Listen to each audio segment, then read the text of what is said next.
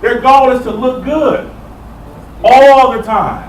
And never to look unspiritual. Never to look like they're struggling. Never to look like they're going through anything. I want to tell you, I believe in my heart. I honestly believe that car that I received, I believe that it was given to me in part, well, number one, because of God's grace and mercy and his kindness and using other people. But I really do believe that I made a specific decision not to complain being on that bus. Mm-hmm. Not to complain walking in the snow. Not to complain walking in the rain.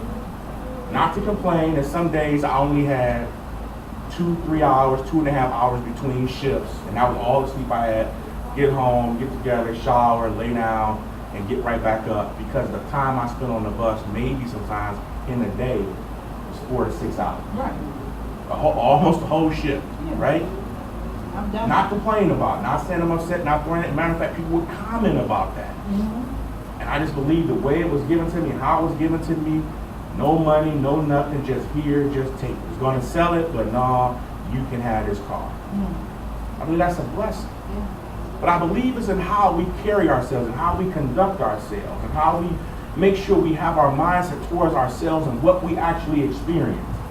See, because I live that life of woe is me. I live that victim mindset. And I can't be in that space. It takes too much to come out of being a victim and all this other kind of stuff. I needed to walk in victory. So what you're saying to me, that the whole and the sole worth of who I am is whether I have a car or not? Right. That can't be. That's right. That can't be. That's right. And so it just became a time when I had to realize what was going on. So what I want you to understand about a growth spirit and a fixed spirit is that, are you willing to look dumb for God? Are you willing to look like you don't have the answer?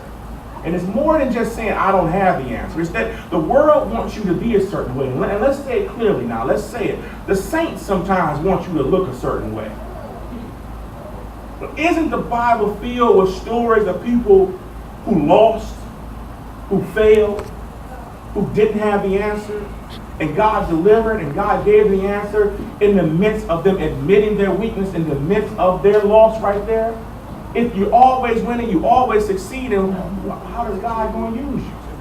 What is he going to give? What is he going to do for you? Count it all joy. I hate to admit it, I didn't really get hip to that scripture till my early adulthood. Count it all joy. You can tell I got to count all this stuff. And when I first read it, I thought it was the dumbest thing I ever heard. Mm-hmm. As blasphemous as that is, that's what I thought. I'm not doing it. I'm not doing it. But I remember how my life began to change once I started doing it. Because I realized that whatever level of attack I'm going through, whatever level of loss I'm experiencing, that's the level opposite of the blessing that's coming my way. But I just have to do what that video show. I have to persist. I have to keep going. And if that persistence is I don't look good walking in my suit, if that persistence is me crawling arm by arm on the ground, looking dirty, looking bad, but in that process, I'm keeping my faith. In that process, I'm moving towards him, and I'm moving away from the foolishness. That's my persistence. That's my growth. That's my healing. That's my deliverance. That's my renewal. That's my new life.